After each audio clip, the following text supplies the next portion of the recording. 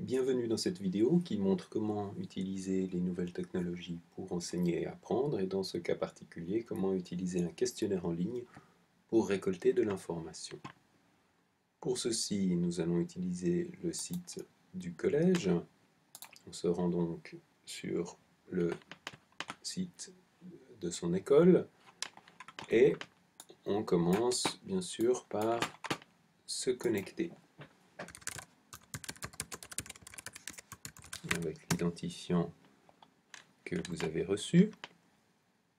A priori, rien ne change, sauf que bien sûr vous êtes maintenant reconnu ici comme personne connectée, et on se rend ensuite dans une zone dans laquelle vous avez des droits. Par exemple, pour moi ce serait dans la zone des mathématiques. Dans cette zone, nous allons ajouter un élément dans lequel travailler, un dossier, ajouter un dossier qui va s'appeler par exemple mon questionnaire.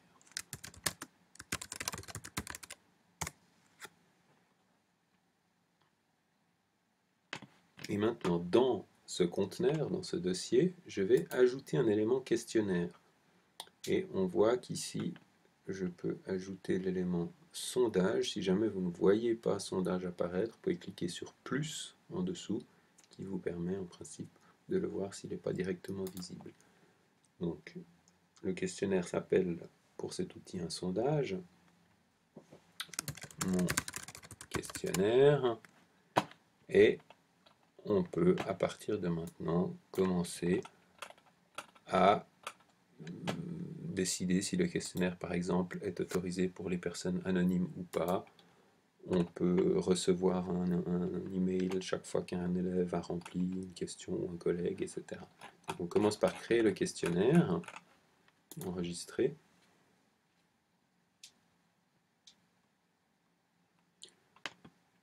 Puis on va ajouter dans le questionnaire des objets qui peuvent être une question d'ATR, une question textuelle, une question à choix multiples, un sous-sondage, une matrice de sondage. Je vous laisse un peu explorer les différentes possibilités. Vous pouvez faire à peu près tout ce que vous voulez. Par exemple, si je veux ajouter une question textuelle, eh bien, ma question textuelle, description ici, et puis nombre de caractères, nombre de colonnes, etc. enregistré. Vous pouvez également faire des questions à choix multiples, enfin toutes sortes de possibilités. Voilà mon questionnaire avec ma question textuelle qui est apparue. L'ensemble des... Voilà, vous avez la première question, ensuite vous aurez les autres questions qui apparaissent les unes après les autres. Alors on ne va pas passer trop de temps à essayer de construire le questionnaire. Ceci, vous pouvez toujours poser la question au responsable technologique dans votre école qui vous aidera volontiers à créer le questionnaire d'une façon technique. Si on regarde ici un exemple, par exemple dans ce site, vous avez le même outil ici, avec un questionnaire qui a été créé, qui permet par exemple en cours d'année de dire voilà, je suis un élève de deuxième année, je clique ici, et on me propose une évaluation avec des questions. Bon, je confirme que je suis en deuxième. Vous voyez des questions à choix rapide, je me retrouve dans l'organisation, plutôt d'accord, etc. C'est une bonne chose, pas d'accord. Bon.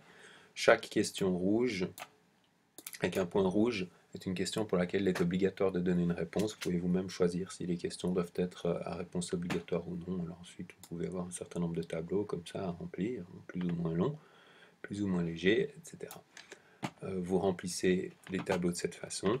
Et ensuite, si vous êtes évidemment connecté comme personne qui possède les droits sur le questionnaire, alors vous pouvez, je retourne donc sur le même questionnaire que tout à l'heure,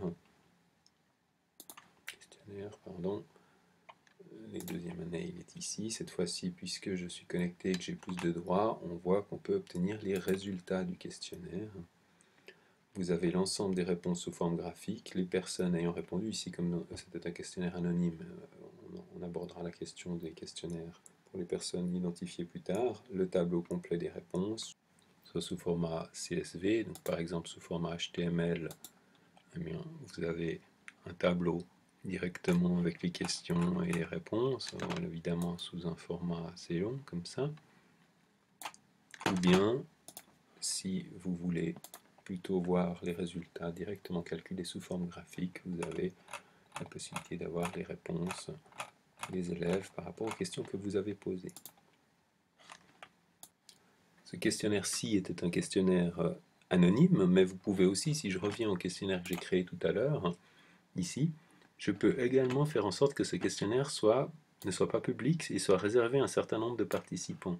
Pour ceci, c'est toujours la même stratégie. Dans l'objet que je suis en train de considérer, je vais dire qu'il n'est pas public, visible par tous, il n'est pas non plus privé uniquement pour moi, mais il est visible pour certains. Donc je lui donne l'état réservé à un public choisi. Puis il faut maintenant définir qui est ce public choisi. Alors pour ceci, il y a une toute petite subtilité, c'est qu'on ne peut pas donner le partage directement sur le questionnaire lui-même, mais on remonte ici sur le dossier qui contenait le questionnaire. Et pour l'ensemble des objets qui sont situés dans ce dossier, on va dire partage, par exemple, mon cours de 4e mathématiques. J'ai un cours de 4e mathématiques 4 matins DF3 à Saussure. On va dire que les élèves qui sont dans ce cours peuvent voir ce questionnaire. On enregistre. Et si maintenant je reviens ici sur voir mon questionnaire, alors désormais il n'y a que les élèves de ce cours qui verront ce questionnaire. Et je peux maintenant décider que ce questionnaire, si je clique sur modifier, ne soit plus un questionnaire anonyme, mais soit un questionnaire, ou plutôt c'était déjà le cas ici, donc on a décidé que le questionnaire ne serait pas anonyme, ça veut dire qu'il faut que l'élève soit connecté pour pouvoir le remplir, il ne pourra ensuite le remplir qu'une seule fois, et les réponses qui auront été données resteront attachées à son nom, c'est-à-dire que je suis capable de savoir qui a répondu quoi. Bien sûr, il est indispensable que ces règles du jeu soient claires avec les participants au questionnaire. On peut également ici voir la liste des personnes ou des élèves qui ont déjà répondu. Donc voilà l'idée générale très rapide de ces questionnaires. On peut imaginer toutes sortes d'applications pédagogiques ou administratives pour récolter de l'information auprès d'utilisateurs soit anonymes, soit identifiés.